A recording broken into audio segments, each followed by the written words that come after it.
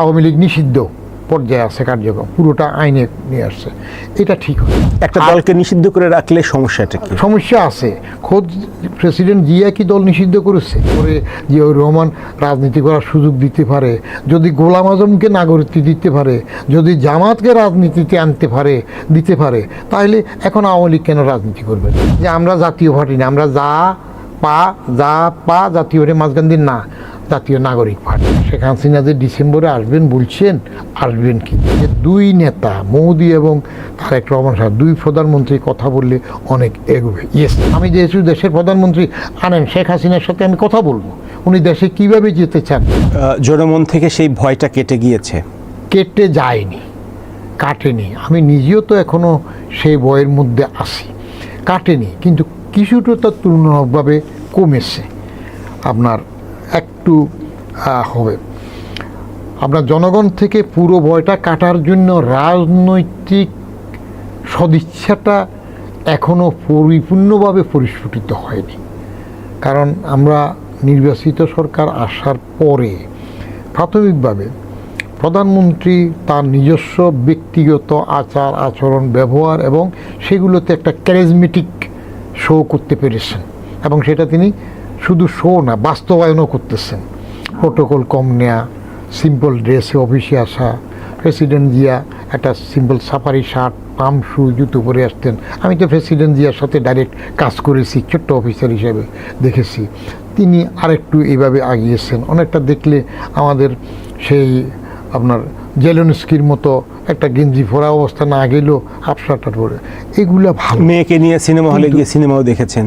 কিন্তু যেটা এখন হচ্ছে যে তিনি দলকে কতটুক নিজের নিয়ন্ত্রণে রেখে জনগণের মনমানসিকতা বুঝে এগুতে পারবেন, that is the vital question.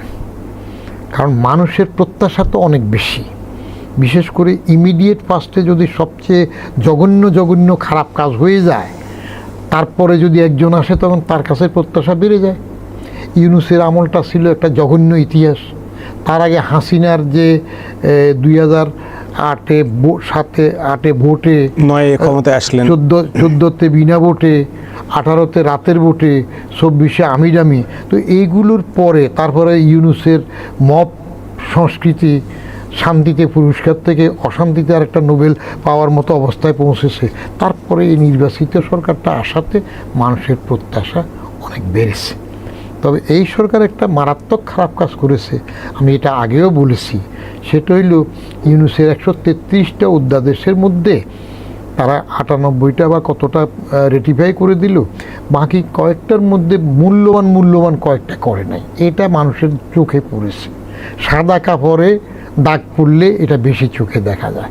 যেমন আপনার মানবাধিকার কমিশনটা তারা রেটিফাই করে নাই। বিচার বিভাগের জন্য স্বাধীন সচিবালয়, ইয়েস, বিচার বিভাগের সচিবালয়, সেটা বাদ দিয়ে দিয়েছে। তারপরে যাইয়া ইউনূস যেটা করেছে, আওয়ামী লীগের কার্যক্রম নিষিদ্ধ, এটাকে এরা আরও পাকাপোক্ত করে বাতিল করেছে। আওয়ামী লীগ নিষিদ্ধ পর্যায়ে আছে কার্যক্রম, পুরোটা আইনে নিয়ে আসছে। এটা ঠিক হয় নাই। কেন ঠিক হয়নি? আওয়ামী লীগ যে লুটপাট করেছে, জুলাই আগস্ট অভ্যুত্থানের সময় যে পরিমাণে মানুষ মেরেছে, তো সেই অনুযায়ী আওয়ামী লীগকে নিষিদ্ধ করা কেন ঠিক হবে না? আপনি সেটা বলতে গেলে তাহলে যে জিয়াউর রহমান সাহেব কিসের প্রোডাক্ট? প্রেসিডেন্ট জিয়া কি মার্শাল ল দিয়ে আসেন নাই? তিনি কি কুর প্রোডাক্ট নন? হ্যাঁ, সেটাই তিয়ার দেখতে হবে। তো তাহলে মানুষ তো কিন্তু তাকে জনপ্রিয় প্রেসিডেন্ট হিসেবে পরে উনি এখনও বাংলাদেশের ইতিহাসে তার ফাল্টা বঙ্গবন্ধু হত্যা, ইনডেমনিটি, এই জাতীয় ইস্যুগুলো বাদ দিলে প্রশাসক হিসাবে জিয়াউর রহমান তো বাংলাদেশের 55 বছর ইতিহাসে এখন still he is the best. যদিও আমার এই কথা আগে বলার পরে আমাদের একজন সিনিয়র সচিব লিখিতভাবে আমাকে মেসেজ পাঠিয়েছেন যে কার্জন হল ভাঙবো না, হার্ডিঞ্জ ব্রিজ ভাঙবো না, যেটা আমি বলেছিলাম, কিন্তু বঙ্গবন্ধুর বাড়ি ভাঙবো, এটা ঠিক আছে, আমরা মানলাম না। কিন্তু জিয়াউর রহমান বেস্ট, এটা মানলাম। প্রশাসক হিসাবে জিয়াউর রহমানের ওই অংশটুকু বাদ, যে বঙ্গবন্ধু হত্যা, তারপরে যাইয়া ফাল্টা অনেক কিছু ঘটেছে, এগুলো বাদ দিলে প্রশাসক হিসাবে he is the best. Still তাকে কেউ সুপারসিড করতে পারে নাই। ওনার ছেলে পারবে কিনা সেটা আমরা অপেক্ষা করব। একটা দলকে নিষিদ্ধ করে রাখলে সমস্যাটা কি? সমস্যা আছে। খোদ প্রেসিডেন্ট জিয়া কি দল নিষিদ্ধ করেছে? যে বাকশাল করে, বঙ্গবন্ধু বাকশাল করে নিজে মরলেন, আমাদেরও মারলেন। সে বাকশালকে তো জিয়াউর রহমান যখন বহুতলীয় গণতন্ত্র চালু করলেন তখন তো বাকশালকে উনি নিষেধ করেন নাই। বরং বাকশাল যদি তখন নিষিদ্ধ করে দিতেন তাহলে আওয়ামী লীগ তো রাজনীতি করতে পারতো না। তো আওয়ামী লীগ তো বাকশাল করার পরে আবার রাজনীতিতে আসছে জিয়ার অবদানে, বদান্যতায়। তো তাহলে সে জিয়ার বদান্যতায় যখন বহুদলীয় বাকশালকে, আওয়ামী লীগকে যদি বাকশালের পরে জিয়াউর রহমান রাজনীতি করার সুযোগ দিতে পারে, যদি গোলাম আজমকে নাগরিকত্ব দিতে পারে, যদি জামাতকে রাজনীতিতে আনতে পারে, দিতে পারে, তাহলে এখন আওয়ামী লীগ কেন রাজনীতি করবে না? বিচার হবে, অপরাধীর বিচার হবে। আপনি বিচার বিভাগকে দলীয় বিচার বিভাগ না করে, ওই যে ব্যারিস্টার রফিকুল হক ছিল না এরশাদের আমলে অ্যাটর্নি জেনারেল, উনি বলতেন যে লজ্জা লাগে এটা আওয়ামী বেঞ্চ, এটা বিএনপি বেঞ্চ, এটা শুনতে। তো সেটা না করে যদি আপনি নিরপেক্ষ বিচারে দিতে পারেন, বিচার শক্ত হোক, শাস্তি হোক, কিন্তু এরকম বিচারে মানুষের আস্থা থাকবে না যে এক বিচারকরা বলবে 21শে আগস্ট গ্রেন হামলা এতজনের ফাঁসি, আরেক দল বিচারক আসি বলবে কুল্লে খালাস, কিন্তু লোকগুলো তো মারা গেছে। ঘটনা তো ঘটেছে, আইবি রহমান সহ কতজন মারা গেল তা তো মরেছে। তাহলে সে মারার বিচার হবে না? ওটা তো হয় না। 1/6/1981 জিয়াউর রহমান 30শে মে 81-তে খুন হলেন। তারপরে আবুল মঞ্জুরকে যে হেফাজতের মধ্যে মেরে ফেললো, এটার বিচার হয় না কেন? বিচারটা ঠিক মতো করেন, আস্থায় আসুক, অপরাধীর বিচার হোক, খুনের শাস্তি হোক, কিন্তু দল নিষিদ্ধ করতে নাই। কারণ রাজনৈতিক দলকে ভোটের মাধ্যমে নিষিদ্ধ করতে হয়, উইড আউট করতে হয়। যেমন মুসলিম লীগ স্বাধীনতার সপক্ষের ছিল না আমাদের পাকিস্তানের 47-এর একমাত্র দল ছিল না। আমরা যখন আবু ইসাকে সূর্য দিগল বাড়ি পড়তাম তখন এক পতাকা নিয়ে কি অবস্থা আমরা দেখেছি সে ছাত্র জীবনে। তো সেই দল কি হয়ে গেল? মূলই হয়ে গেল মুসলিম লীগ। কিন্তু আপনি নিষিদ্ধ করলে, আমি সবসময় একটা কথা বলি, একটা বিরাট জনসমর্থনের দল বাংলাদেশে, বড় রাজনৈতিক দল এখন 4টা, আগে ছিল মোট 2টা, আলী এবং বাজাত, আওয়ামী লীগ এবং বাংলাদেশ জাতীয়তাবাদী দল। তারপরে যখন জামাত ফিল্ডে আসলো আরেকটা বাজাই, বাংলাদেশ জামাত ইসলামী। এরপরে বছর 2 আগে বাচ্চা কাচ্চারা আরেকটা দল করলো ইউনুসের পৃষ্ঠপোষকতায়, আকবরের বৈরম খা ছিলেন না ইউনুস, সেখানে আসলো জানাফা, জাতীয় নাগরিক পার্টি। জাতীয় পার্টিগুলো ঘুরে ঘুরে দেখবেন একটা জাতীয় পার্টি কেমন এরশাদের, ওই মাঝখান দিয়ে এরা না ঢুকেছে যে আমরা জাতীয় পার্টি না, আমরা যা পা জাতীয় মাঝখান দিয়ে না, জাতীয় নাগরিক পার্টি, অর্থাৎ যা পা না আর কি, জাতীয় নাগরিক। তো নামগুলো ঘুরে ঘুরে একইভাবে। আবার ন্যাশনালিস্ট সবার মধ্যে থাকবে, হ্যাঁ, Bangladesh nationalist party, Bangladesh citizen party. আপনি রাজনৈতিক দলকে ভোটের মাধ্যমে উইড আউট করবেন। আরেকটা জিনিস যদি আরও করেন তাহলে আরও সুন্দর। যেমন আলী, এইবার যদি 12 ফেব্রুয়ারির নির্বাচনে আলীকে ভোটে আসতে দিতেন তাহলে আরও একটা মজার খেলা হতো। অনেকে আলীর ভয়ে কন্টেস্ট করতো না, নির্বাচনে দাঁড়াতো না, মানুষও হয়তো ভোট কম দিত। তাহলে মুসলিম লীগে যাওয়ার একটা তরিকা তো এবারই সূচিত হইতে পারত। আপনি সুযোগ নেবেন না, জামাতেরকে পকেটে আনবেন, নিজের আগের সংসারে জামাতকে বিরোধী দল করবেন। আবার জানাপা যারা বৈষম্য বিরোধী আন্দোলন করে সমতা করবে, তারা এসে ক্ষমতার জন্য ফুট করে জামাতের পকেটে ঢুকে যাবে। তো ওই জাতীয় রাজনীতিতে আপনি শক্তি যারা আছে, আওয়ামী লীগ একটা শক্তি, তাকে আপনি নিশ্চিহ্ন করতে পারবেন না। বিএনপি একটা শক্তি, বিএনপিকে নিশ্চিহ্ন করার জন্য 28শে অক্টোবর যত গ্রেনেড মারেন, যত স্টেজ উড়াই দেন, যত কিছুই করেন বারবার, ওই যে সরোয়ার্দিতে মিটিং করতে দেবেন না, পাঠাই দিবেন গোপালবাগ, গোলাপগঞ্জ মাঠে, এগুলো করে কি ঠেকাতে পারছেন? রাজনৈতিক শক্তিকে নদীর প্রবাহের মতো নিরিবিলি চলতে দেবেন, তাহলে দেখবেন যে জনগণের ভোটের মাধ্যমে একজন এমনি উইড আউট হবে। আরেকটা কাজ যদি করা যায় রাজনীতিতে, সেটা হইল ওই যে জোট, বাচ্চা ছেলে বানান করে GOAT, জোটের বাংলা ইংরেজি লেখে GOAT। তা আমরা যারা GOATর অর্থ আরেকটা বুঝি, তারা বলি যে বাচ্চা মানুষ তো, ও লিখছে, তারে নাম্বার দিয়ে দেন। GOAT জোটের বাংলা, জোট উঠাই দেন। প্রকৃত রাজনীতিবিদটি কি আসুক, জোট করে হয় কি, প্রত্যেকে একজন একজন একটা দলের নেতা হয়ে যায়। একজন একজন দলের নেতা হয়ে আপনার একটা ক্ষমতায় আসি ভাগ বসায়, রাজনীতি বিকশিত হইতে পারে না। এই যে এবার ঘটলো না, এই জোট করার কারণে ওই সিঙ্গেল বিপি মন্ত্রী প্রতিমন্ত্রী হয়ে যায়, কিন্তু ডাবল বিপি MP হইতে পারে না। চিনছেন তো দুইজনকে? সিঙ্গেল বিপি হইল আমাদের নূর, না? জি। হ্যাঁ, আর ডাবল বিপি হইল মাহমুদুর রহমান মান্না, ডাবল বিপি। আবার আমাদের ফেনীরও এক বিপি আছে, কলেজের বিপি হোক, ইউনিভার্সিটি না হোক, MP হয়েছে বুড়ো বয়সে। তো আপনি রাজনীতিতে জোট উঠাই দিলে জুনায়েদ সাকি কতটুক ভোট পায় দেখা যাবে, তারপরে নূর কয়টা পায় দেখা যাবে, ববি টবি কোথার থেকে আসে দেখা যাবে। ফেয়ার যার যার রাজনৈতিক ক্ষমতা উইড আউট হয়ে যাবে। 2টা থেকে 3টা ইলেকশন 5 বছর পর পর যদি আপনি জোটবিহীন এবং নিরপেক্ষ করেন, ঠিক হয়ে যাবে। আলীকে কেন বাদ দিবেন? অপরাধ করেছে, বিচার করেন। ওই যে আগে যেটা বললাম, বরং মিনিমাইজ করার জন্য, আলীবাজাদের লড়াই মিনিমাইজ করার জন্য বেগম খালেদা জিয়া একটা অ্যাটেম্প নিয়েছিলেন। কীরকম সে অ্যাটেম্প্ট ছিল? 2003 সালে, খেয়াল করবেন, এগুলো একটা সুদূর প্রসারী পরিকল্পনার অংশ থাকে রাজনীতি। 2003 সালে বেগম জিয়া বঙ্গবন্ধু এবং জিয়াউর রহমান সাহেবকে স্বাধীনতা পুরস্কারে ভূষিত করেছে, এবং তাদের সম্মানে ওই বছর আর কাউকে স্বাধীনতা পুরস্কার দেওয়া হয়নি। এমনি তো আমাদের স্বাধীনতা পুরস্কারের লটবহর থাকে, যে ক্ষমতা আসে তার লোকজন দে।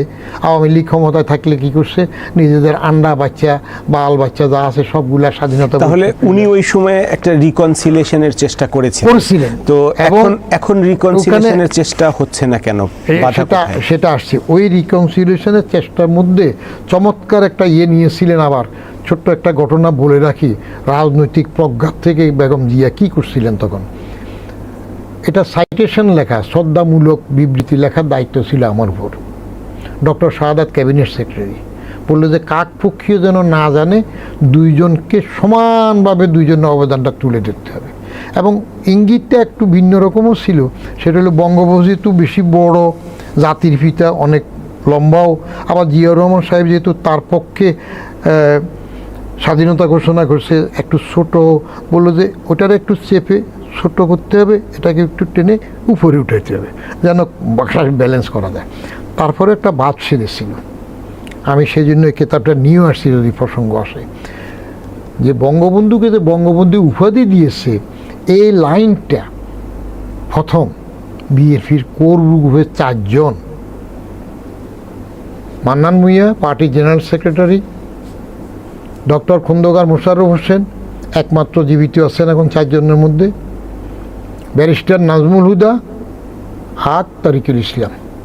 আমাকে নির্দেশ হলো 4 জনকে দেখাতে হবে। 4 জনের মধ্যে প্রথমে মান্নান ভূঁইয়াই ওই বঙ্গবন্ধুকে বঙ্গবন্ধু উপাধি দেয়া হয় এটা কেটে দিয়েছে। উনি খেপে গেলেন, বঙ্গবন্ধুকে আবার আমরা মানি না তাকে। উনি কেটে দেওয়ার পর বাকি 3 জনও আর এটা নিয়ে প্রতিবাদ করে নাই। আমি যখন ডক্টর শাহাদাতকে বললাম যে এটা রাখা দরকার, ঐতিহাসিক ঘটনা, তো রাজনীতিতে ঐতিহাসিক কিছু জিনিস বাদ দিতে নাই, যার সম্মান যেটা সে রাখতে হয়।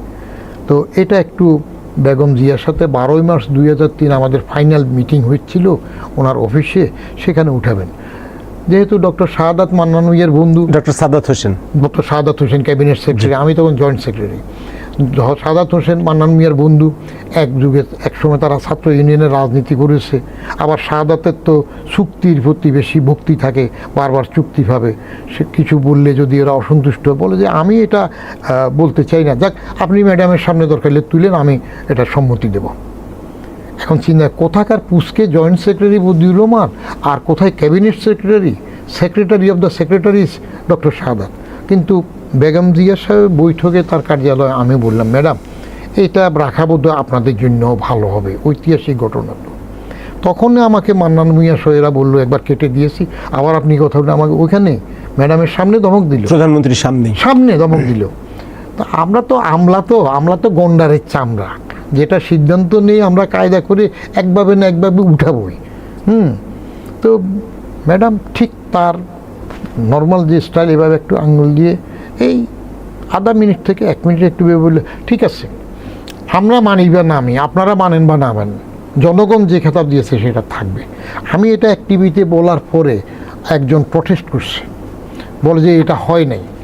আমি এই যে এখানে বই নিয়ে আসলাম, সেটাতে তখন পরিষ্কার লেখা আছে লাইনে, যে 4th পৃষ্ঠা এটার মধ্যে যে শেষ ওই লাইনটাই শুধু বলা হয়, 1969-এর গণ অভ্যুত্থানে তিনি কারামুক্ত হন।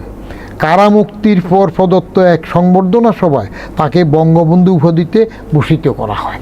এই সাইটেশন এটা বিএনপি সরকারের সময় দেওয়া স্বাধীনতা 2003-এর। হ্যাঁ, তো এটা কেন বললাম, খালেদা জিয়ার, বেগম জিয়ার মাথার মধ্যে যেটুক রাজনীতি কাজ করেছে, ফোরসাইটনেস, তিনি ওই জন্য বলছে যে আপনারা মানেন বা না মানেন ওই 4 জনকে, আমরা মানি বা না মানি, জনগণ যে খেতাবটা দিয়েছে ওটা থাকবে। এটা রিকনসিলিউশন অংশ। এখন কেন হচ্ছে না? এখনও হতে পারে। 4th সংশোধনের সময় আমি জাতীয় সংসদে এডিশনাল সেক্রেটারি হিসেবে কাজ করেছি, সংবিধানের 4th সংশোধনে। ওই সময় 2004 সালে, জি, ওই সময় ব্যারিস্টার মওদুদ ওই সংবিধান সংশোধনীতে তাদের প্রস্তাবে একটা ছোট্ট ন্যাক্কারজনক ইস্যুকে সংবিধানের অংশ করতে চেয়েছিল। সেটা হইল ছবি প্রদর্শনী। রাষ্ট্রপতি, প্রধানমন্ত্রী এদের ছবি কোন অফিসে কোথায় কিভাবে থাকবে, এটা কনস্টিটিউশনে অ্যামেন্ডমেন্টে 3 নম্বর আর্টিকেলের ওইখানে সাব আর্টিকেল দিয়ে ঢুকিয়েছে। আমি তখন জমিরুদ্দিন সরকার সাহেব স্পিকার, তাকে বললাম যে স্যার এই সুযোগে আরেকটু আগাইতে পারেন। 2003-এ স্বাধীনতা পুরস্কার 2 জনকে দিয়েছেন, এই 2 জনের সম্মানে আর কাউকে দেওয়া হয় নাই। এইবার আপনারা এই 4th সংশোধনীতে আরেকটা জিনিস যদি করে দিতে পারেন তাহলে একটা বড় বিরোধ মিটে যাবে। উনি বললেন কি, আমলে আপনারা 4th সংশোধনীতে বঙ্গবন্ধুকে জাতির পিতা হিসাবে, যেটা পরে হাসিনা আসি আরও মজবুত করেছে, জাতির পিতা হিসাবে, আর প্রেসিডেন্ট জিয়াকে বঙ্গবন্ধুর পক্ষে স্বাধীনতার ঘোষক হিসেবে অন্তর্ভুক্ত করে দেন, আর একটু কাছে হয়ে যাবে। জমিরুদ্দিন সরকার সাহেব রিসেন্টলি মারা গেছেন, উনি বলেন যে বদিউর রহমান কথা তো বলছেন ভালো, ম্যাডাম আগেও এরকম একটা পজিটিভ অ্যাটিটিউডে ওই ইয়েটা রাখছে, কিন্তু সমস্যা হলো আমাকে তো মওদুদ এমনিই দেখতে পারে না, আমি যদি এটা বলতে যাই তাহলে মওদুদ তো আরও খেপে যাবে। উনি আর বলেন নাই।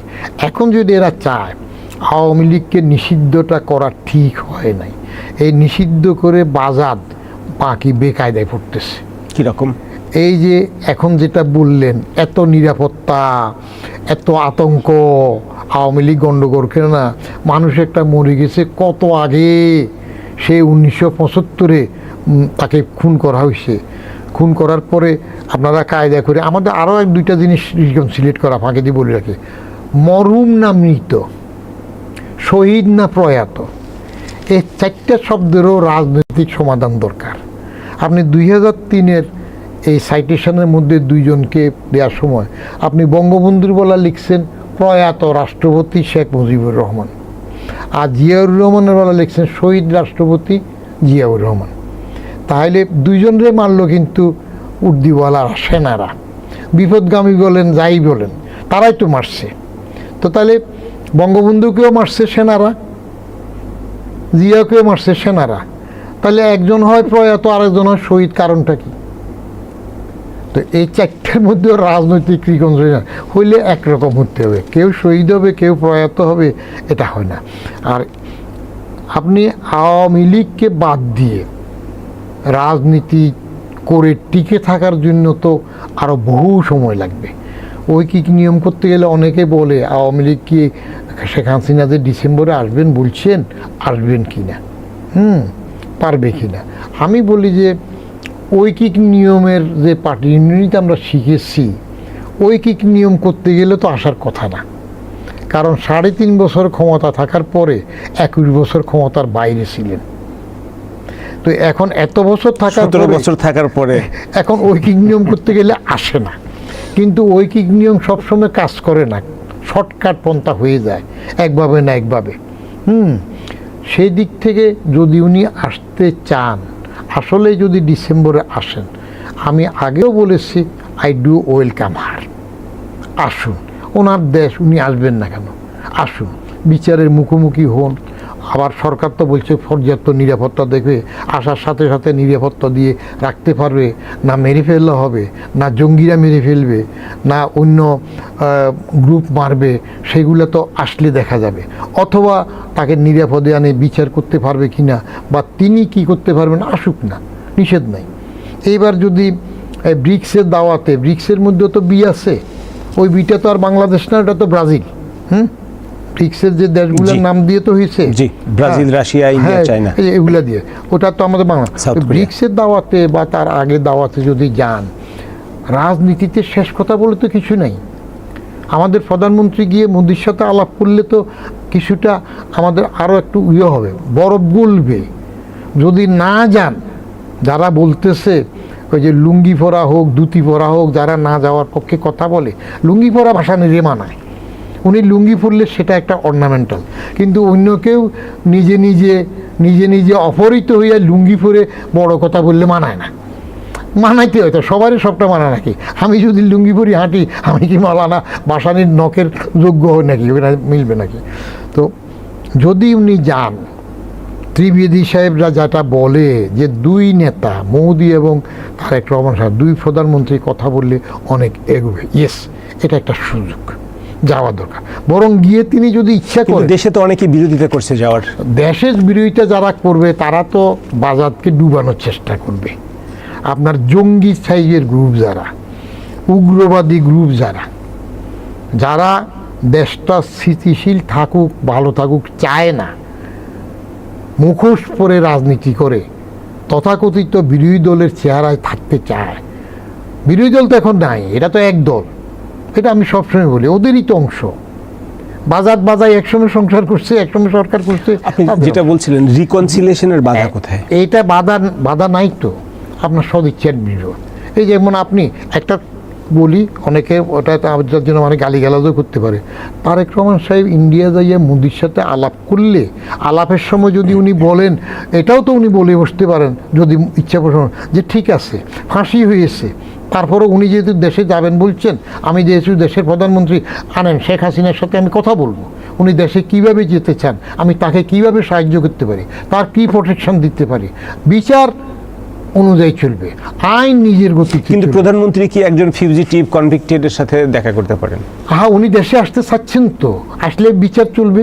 উনি যেহেতু ফাঁসির দণ্ডপ্রাপ্ত আসামি, তাকে আমি দেশে নিতে চাই। উনি কি কি সুযোগ সুবিধা সরকারের কাছে চান, বিচারের গতিতে চলবে। ফাঁসি তো হয়েছে, তারপরে ওনার বক্তব্য আমি শুনবো, অসুবিধা কি? রাজনীতি, তার বক্তব্য প্রচারেই তো বাংলাদেশে নিষেধাজ্ঞা আছে, আমরা মিডিয়াতে প্রচার করতে পারি। আচ্ছা, আমরা নিষেধাজ্ঞা প্রচার করতে পারি না। বাংলাদেশের বিচার ব্যবস্থাতে কত নিষেধাজ্ঞা হয় না। একসময় তারেক রহমান সাহেবের বক্তব্য প্রচার করা বিচারকের মাধ্যমে নিষেধাজ্ঞা ছিল না, মনে আছে নাকি? না ভুল করতেছি? না, ঠিক বলতেছি তো। তারেক রহমান সাহেবের বক্তব্য প্রচার এই দেশের বিচার ব্যবস্থা নিষেধ করেছে না? তো নিষেধ করার পরে কি ওনার ঠেকা রাখা হয়েছে? সময়ে প্রকৃত কাজের মূল্যায়ন হয়ে যায়। শেখ হাসিনা, ওই যে আমাদের সংসদ ভবন একটা আছে, ওই যে কে একজন সুন্দর লুই কান্নাকে বিরাট একটা বড় নকশা করলেন। শেখ হাসিনা লক্ষ লক্ষ ডলার খরচ করে সেটার সমস্ত মূল কাগজপত্র আনলেন না? প্রেসিডেন্ট জিয়ার কবর সরাই দিবেন বলছেন না, আসছেন নাকি? কপাল গুনে কি হইল, সেখানে জিয়ার সাথে আবার খালেদা জিয়াও এখন সাহিত্য। কপাল গুনে সেখানে কবর আরও একটা খালি আছে, কার ভাগ্যে জোটে নাকি শোনা যায়। তো সব কিছু চাইলে হয় না। নিষেধাজ্ঞা, আপনি তারেক রহমানের বক্তব্য প্রচারে নিষেধাজ্ঞা দিচ্ছেন। He is prime minister now, overwhelming মেজরিটিতে আসছে। খোমেনি হয়ে আসুক, যাই হয়ে আসুক, জনগণ তো ভোট দিয়েছে। তো তদ্রূপ এনার রিকনসিলিয়েশন হইলে, ওনার বিচার আছে, ফাঁসি হয়েছে, ফাঁসি হোক। তারপরেও ওই দণ্ডিতের সাথে কাঁধে যাবে দণ্ডদাতা, কি আছে না বিচারকের, যদি কথা বলে তো গুনার কিছু নাই। বিচার তো হয়েছে, ফাঁসি কার্যকর হবে, তারপরেও রাজনৈতিক রিকনসিলিয়েশন হওয়া ভালো। ওনার ইন্ডিয়া যাওয়াটা আমি সাপোর্ট করি, কথা বলাটা আমি সাপোর্ট করি। না হইলে ইন্ডিয়া ক্রেডিট নিবে, তারা যে দূরাদূরি করতেছে, ত্রিবেদী সাহেব এখানে শুনে দুরাই মোদির কাছে গেল, দুরাই আসলো, তারা ওয়ার্ল্ড ওয়াইড প্রসারণা চালাবে যে আমরা তো চেষ্টা ত্রুটি করতেছি না, আমরা কত বলতেছি। আর রাজনীতিতে গো বা জেদ চলে না। ওই যে কোয়ান্টাম মেথড না কি আছে না, রেগে গেলেন তো হেরে গেলেন, ভিতরে কি আছে সেটা আপনি কৌশল রাখবেন। রাজনীতি মানে আমি আরও একবার বলছি, কুটবুড়ি, কূটনীতি, সব চাল। সেখানে আপনার ভিতরে কি আছে আপনি ভিতরে রেখে দেবেন, কিন্তু বাইরে ওরা যখন বেশি লম্বজম্ব করে সব জায়গায়, আপনি চীনে গেছেন, ওদের একটু খায়স আছে না, ওখানে যান, চাইবে না? বড় প্রতিবেশী না? রাজনীতিতে বাংলাদেশ সবার কাছে এখন একটা সুন্দর স্থান না? আমেরিকা 3 দিন আগে, ইউনুসের পতনের 3 দিন আগে না 4 দিন আগে বলে যে বাণিজ্য চুক্তি একটা করাই নিচ্ছে না। তো চীনে গিয়ে আসছেন, মালয়েশিয়ার পরে ইন্ডিয়া পাশের প্রতিবেশী, তো বদলাইতে পারবেন না। বউ বদলানো যায়, স্বামী বদলানো যায়, তালাক দেয়া যায়, সেগুলো হয়, কিন্তু প্রতিবেশী হট করে বদলাইতে পারবেন কি না? আল্লাহর তরফ থেকে বড় ভূমিকম্প হইয়া মাটির তলায় ডুবে না গেলে। আবার আপনি কিং হলে কুইনকে বদলাতে পারবেন না। কিন্তু কিন্তু আছে, তারপরেও প্রেমের জন্য অনেক সময় কিং হতে চাইবে না। বুঝেন না, 3 নম্বর। আমি জামাতের আমির, বিরোধী দলীয় নেতা ডাক্তার শফিকুর রহমানের গত সপ্তাহে গাইবান্ধায় দেওয়া একটা বক্তব্য আমি আপনাকে কিছু কোট করে শোনাতে চাই। প্রধানমন্ত্রী তারেক রহমানের উদ্দেশ্যে তিনি বলেছেন, আপনি যে পথে হাঁটছেন সেই পথে আপাও হেঁটেছিল। আপা যাওয়ার আগে বলতো আমি পালাই না, অমুকের মেয়ে পালায় না, কি হয়েছে এখন? পালাইছে, তাই না? এই পথে যারা হাঁটছেন তাদেরকে পালাতে হবে। এই পথে হাঁটলে আপনি মক্কা যেতে পারবেন না, আপনি দিল্লি চলে যাবেন। প্রধানমন্ত্রী কি ভুল পথে হাঁটছেন? এটা শফিকুর রহমান সাহেবের কথা। জি। শফিকুর রহমান সাহেবটা কে? ওই ডাক্তার শফিকুর রহমান, জামাতের আমির, বিরোধী দলের নেতা। জি। ওনাদেরকে এগুলো বলতে হয়, কারণ রাজনীতি করতে হলে দিনে মঞ্চের মধ্যে গোষ্ঠী উদ্ধার করতে হয়, রাতে এক টেবিলে বসে খেতে হয়। তাহলে গত 6 মাসে রাজনীতির ভাষা, রাজনীতিবিদদের বডি ল্যাঙ্গুয়েজ, এগুলো গুণগত কোনো পরিবর্তন আসেনি? না, আসেনি। বরং গুণগত পরিবর্তনের জন্য তারেক রহমান সাহেব চেষ্টা করেছিলেন। উনি ডাক্তার শফিকুর রহমানের বাসায় গেছেন, নাহিদের সাথে দেখা করেছেন, হ্যাঁ, সেগুলা বলেছেন, এবং উনি তখন থেকে যেটা বলে আসছেন, এই ডাক্তার শফিকুর রহমান সাহেব তার ফ্যামিলি কার্ড, কৃষক কার্ড, এগুলা ভুয়া চিৎকার করছে না ভোটের সময়, বলছে না এগুলা ভুয়া, হ্যাঁ, ওর রাজনীতি এগুলো বলতে হয়। কিন্তু উনি তো এগুলো বাস্তবায়ন শুরু করে দিয়েছেন। আরে, তো উনি তো বাস্তবায়ন করতেছেন, না ভুয়া বলতে হয়। তো টেকনিকটা হইল at the end of the day জুলি থেকে কতটুক নেবেন। এরা যেটা এখন বিরোধী দলের আছে, এই বিরোধী দলটাকে আমি বিরোধী দল বলি না, এখনও বলি না, কারণ কপাল গুনে 71-এর স্বাধীনতা বিরোধীরা ওই আপনি আলীকে বন্ধ রাখার কারণে তারা এতগুলো সিটে চলে আসছে। এখন আমরা কি বাজাদের ম্যাডামের শেষ আমলের কথা মনে নাই? 64 জেলার মধ্যে 63 জেলায়, যদিও আরেক পণ্ডিত 64 জেলায় বলছে, এক জেলায় হয় না, 63 জেলায় এক যুগে বোমা হয় নাই, বিচারকের কোর্টে বোমা হয় নাই, বাংলাবাই নামে এক হিরোকে আমরা চিনি না, মাথা নিচের দিকে দিয়ে পা উপরে গাছের মধ্যে লোক ঝুলাই রাখছে না, শাইখ আব্দুর রহমান নামে একজনকে অ্যারেস্ট করা হয়েছে না। এই শক্তিগুলোর উত্থান কার আমলে হয়েছে, কিভাবে হয়েছে? তো এখন যদি আপনার এই যে আবার কি গ্যাসে চুলা না কি সদৃশ্য বোমা একটা ফাটলো কোথায়, এই যে কালকে না পরশু খবরে দেখা গেল কোথায় ককটেল হইল, এগুলা কেন হবে? এগুলা হবে আপনি অস্থিতিশীল সৃষ্টি করতে চাইবেন। যারা জামাতের থেকে বিরোধী দলে গিয়েছে তারা খোদ বাজাতকে গিলে ফেলে ক্ষমতা আসার জন্য সর্বাত্মক চেষ্টা করবে, এটা খেয়াল রাখেন। কারণ তারা 71 থেকে যখন গোলাম আজমের নাগরিকত্ব দিয়ে জিয়াউর রহমান যখন তাদেরকে পুনর্বাসন করেছে, এনেছে, তারপরে তারা দাফে দাফে দাফে দাফে দাফে আস্তে আস্তে আস্তে আস্তে আস্তে আস্তে দেখেন কীভাবে সুই হয়ে বেগম জিয়ার মন্ত্রিসভায় ঢুকেছে না তারা, তারপরে কিভাবে এখন আস্তে আবার সংসদের মধ্যে একটা শক্তি নিয়ে বসেছে না। এখন যদি বাজাদ চালে ভুল করে, অঙ্কে ভুল করে, একটা ভুল তো করেই ফেলেছে, আলী নিষিদ্ধ করে, কারণ তারা যদি মনে করে, একসময় আমার একটা লেখার কলাম ছিল, তারা সব করে রব হাসিনা বনাম বাকি সবগুলো হাসিনার বিরুদ্ধে একজোট হয়েছে, কিন্তু পেরে উঠে নাই। এখন আচমকা পচা মুখে পা কাটে, কোটা আন্দোলনে চট করে ছাত্ররা তাবা গরম করলো, রাজনৈতিক নেতারা অন্যরা আইসা রুটি সেঁকে ফেলল। এই রুটি সেঁকতে যাইয়া খেয়াল রাখা দরকার যে তাওয়াটা আসলে কে গরম করছিল, সুফলটা কে নিল। এখন জামাত, বিরোধী দল এরা যে কথাগুলো বলতেছে, এই যে কথাটা শুনাইলেন, এই জাতীয় কথাগুলো তো আরও বেশি উস্কানিমূলক। আমরা একটা স্থিতিশীল সরকার চাই। জামাত এত বেশি আগ্রহী হইলে আরও দৃঢ়স্থিরভাবে রাজনীতি করুক। এই বছরও তো ক্ষমতা আসার চেষ্টা করছিল, বাইরে একটা কথা উঠছিল না জামাত এবার ভোটে ক্ষমতা এসে যাবে।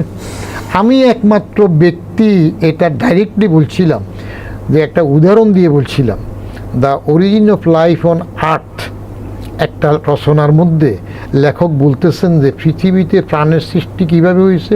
উনি উদাহরণস্বরূপ বলতেছেন যে 6টা বানরকে, যে বানর লেখাপড়া জানে না, মিলিয়নস অফ ইয়ার মানে 1 মিলিয়ন তো 10 লাখ, এরকম মিলিয়নস অফ ইয়ার যদি টাইপ করতে দেওয়া হয় 6টা টাইপরাইটারে, মিলিয়নস ইয়ার টাইপের পরে হঠাৎ করে যদি একটা পার্টিকুলার বানরের একাধারে টাইপিংয়ের মধ্যে হঠাৎ করে যদি শেক্সপিয়ারের একটা সনের টাইপ হয়ে যায়, সেটা যেমন অ্যাক্সিডেন্ট, লাইফ অন আর্থ অরিজিনটা এরকম একটা অ্যাক্সিডেন্ট। তো জামাত যদি এই 2026-এর 12 ফেব্রুয়ারির নির্বাচনে ক্ষমতা এসে যায়, ভোটের আগে বলছি না, তাহলে এটা হবে এরকম একটা অ্যাক্সিডেন্ট। সেটা তো 30-31-এও আসতে পারে। হ্যাঁ, এখন তারা সেই চেষ্টা করতেছে, সেটাই বলতেছি। এবং তাদের সেই চেষ্টা সফল হয়েও যাবে যদি বাজার চালে ভুল করে। একটা ভুল তো তারা করে ফেলল, আলীকে নিষিদ্ধ করে। তাদের ধারণা জামাত, জানাফা এবং বাজাত এই তিনটে মিলিয়ে আলীকে আসতে দেবে না। আলীকে আসতে না দিয়ে যে আবার এখানে ওই যে শত্রুকে, যে যার শত্রু তার ঘরেই প্রশ্বাস হয়ে যাচ্ছে, এটা কি টের পাইছে? আল্লাহর ইচ্ছার মধ্যে তো কলা কৌশল থাকে না।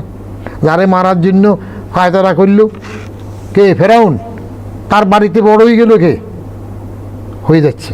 যার কবর উঠে নেওয়ার জন্য অস্থির হয়ে গেল, লুইকানরে আনলো, সেখানে তো আরেকজনের কবর হইল, সামনে হয়তো আরেকজন হবে। সেই জন্য রাজনীতিতে দল নিষিদ্ধ করা ঠিক না। জামাতকে যখন শেখ হাসিনা নিষিদ্ধ করেছে, তখনও আমি লাইভ দিতে বলছি এটাও ঠিক হয় নাই। এখনই অবিলম্বে এই জামাতের লম্পজম্প থেকে এগুলো শেষ করার জন্য আওয়ামী লীগের রাজনীতি খুলে দিতে হবে। এটা বাজারে। সেটা কি জামাতের চাপের কারণেই বিএনপি পারছে না, নাকি বিএনপি আসলেও চায় না? আমার একটা ধারণা, এখানে বিএনপি তো খুব আছে। বিএনপি কিন্তু আপনার নিষিদ্ধ করার আগে তারা বলেছিল যে আমরা দল নিষিদ্ধের বিপক্ষে। বলছি, বহুবার বলছি, এবং ইউনুসও তো বলছিল যে এটা রাজনৈতিক সিদ্ধান্ত, আমরা যাব না। কিন্তু যে বাচ্চা কাচ্চারা যমুনার ওখানে বেসকি দিল, তখন উনি কায়দা করে বললেন যে দল এখনও নিষিদ্ধ করি নাই, শুধু কার্যক্রম নিষিদ্ধ করলাম। কথা তো একই হইল। আপনি যদি বলেন যে লোকটা মারা গেছে, আল্লাহর অশেষ রহমত, চোখ দুইটা তো মাশাল্লাহ ভালো আছে, মরে যাওয়ার পর চোখ দুইটা ভালো থেকে লাভ কি? হ্যাঁ, বিএনপি কি চাচ্ছে না? বিএনপি যদি সাহসী রাজনীতি করতে চায়, তাহলে বিএনপি আওয়ামী লীগকে রাজনীতি করার সুযোগ দেবে, দরকার আছে। ভোটের সময় তো সুযোগটা নিয়েছে। ভোটের সময় বিএনপির অনেক প্রার্থী আওয়ামী লীগের ভোট নিয়েছে না? ভোটের পর তাদের কিছু ছোট্টখাটো অফিস খুলেছে না? তো এখন নিশ্চয়ই এটা জামাতের বা এদের চাপ আছে, আর বিএনপির মধ্যে একটা জুজুর ভয় আছে। যদি রাজনীতি খুলে দে, তারা আবার পপুলারিটি হারায় কিনা বা সেটাও কিনা রাজনীতিতে। আবার আওয়ামী লীগ তো বিএনপি জামাতের সাথে জোট বেঁধে আন্দোলনেও নামতে পারে সরকারের বিরুদ্ধে। সেটা সবসময় নামছে। জামাতের বিরুদ্ধে জোট বাঁধবে, আগে তো বাঁধছে না, আগে হয়েছে না। জামাত হইল যখন যেখানে তার লাভ বেশি থাকবে সুবিধাবাদের জন্য। তাহলে রাজনীতি, যেটা আমরা আগে বলতাম, রাজনীতি, আমাদের দেশের রাজনীতি জিরো সাম গেম, জয় পরাজয়ের খেলা, রাজনীতির কি সেটাই রয়ে গেছে? রাজনীতি এখনো বাজনীতি রয়ে গেছে। আমি সবসময় বলি বাজনীতি হলো বাজ ফাঁকির নীতি। আমি ফেভারিটলি এটা বলি, মূল্যায়ন করে সবটা দে। কারণ আমি যে 3টা বই, বাজ পাখি নীতিটা কি? বাজ ফাঁকির নীতি বলছি, আমি 3টা বই লিখে রাখছি। একটা হইলো ডমুরিয়ার থেকে সচিবালয় আত্মজীবনী, সেখানে অনেক রাজনৈতিক আলোচনা আছে, মূল্যায়ন আছে। আর একটা হইলো আপনার সরকারি চাকরিতে আমার অনুভূতি সমগ্র, এখানে 7টা বইয়ের কালেকশন। তারপরে চেতনায় বুদবুদ, এখানে প্রচুর রাজনীতি। এবং জিয়াউর রহমান, বঙ্গবন্ধু, খালেদা জিয়া, হাসিনা, এরশাদ, এই 5 জনের নাম কতবার যে আমার বইতে আসছে বিশ্লেষণ করতে গিয়ে। বাজ ফাঁকির নীতিটা হচ্ছে, বাজ ফাঁকি অনেক উপরের থেকে শিকার খেয়াল করে, দৃষ্টি দেয়, ছো মারে, এবং কোনো রকমে যদি পস্কায় যায় খড়কুটে একটা হুইসিলিও নিয়ে যায়। রাজনীতিটা এখন ব্যবসা হয়ে গেছে। বাজ ফাঁকির মতো চো মারবে, যদি $1,000,000 না পারে খড়কুটার মতো কিছু ডলারের এটা কি সবার কাছে একই নীতি? মোটামুটি এখন পর্যন্ত রাজনীতি বাজনীতিতে আসে, এটার কোনো পরিত্রাণ এখনো হয় নাই। আমরা রাজনীতি নিয়ে কথা বললাম, একটু অর্থনীতি নিয়ে কথা বলতে চাই। সাধারণ মানুষের জীবনযাত্রায় স্বস্তি কতটা এসেছে? মূল্যস্ফীতি কমেছে বলা হচ্ছে, কিন্তু বাজারে গেলে জিনিসপত্র পণ্য মূল্য তো কমেনি। স্বস্তি আসেনি, কিন্তু আমার কোনো কষ্ট নাই। আমি ব্যক্তিগতভাবে মূল্যস্ফীতি কমুক বাড়ুক, জিনিসের দাম বাড়ে, আমার কিছু যায় আসে না। আপনার ক্রয় ক্ষমতা হয়তো বেশি? না, ক্রয় ক্ষমতার জন্য নয়।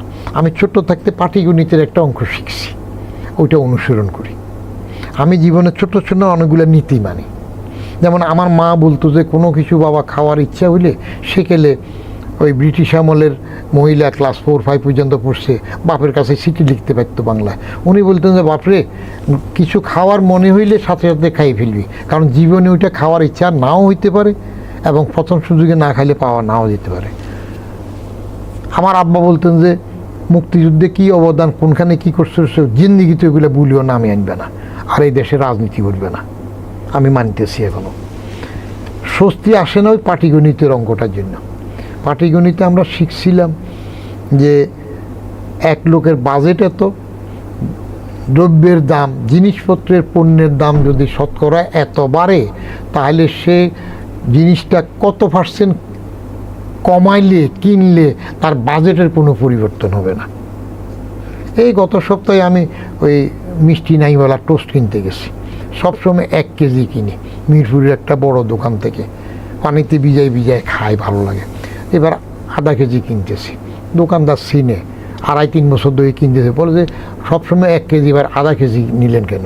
তাহলে টিনের উপরে আগে তো 240 টাকা লেখা ছিল, এখন তো তোমরা 1 জুলাই থেকে 260 টাকা লিখছো, তো 20 টাকা তোমরা বলতেছো কর্মচারী বেতন, কারেন্টের দাম এইসব বাড়ছে বলে বাড়াইলা, তা আমিও সেই জন্য এটা কমাইলাম, আমিও একটু লাভ করতে চাই।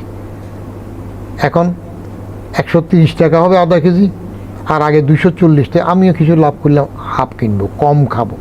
কিন্তু নিম্ন মধ্যবিত্ত যারা মরবে, বুঝতে দেন।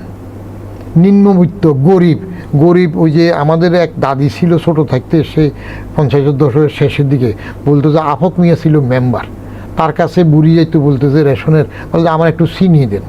কয় যে বেটি বুড়ি, তুই করিস ভিক্ষা, তুই তো চিনি পাবি না। বলে তাহলে একটু চাল দেও, চাইলেও পাবি না। তাহলে আটা, তুই ভিক্ষা করস, তোর তো আটাও দেওয়া যাবে না। তখন হে আসি বলতো, নাতি, গরিব হইল আল্লাহরও দুশ্মন, খোদারও দুশ্মন, আফক মেম্বারেরও দুশ্মন।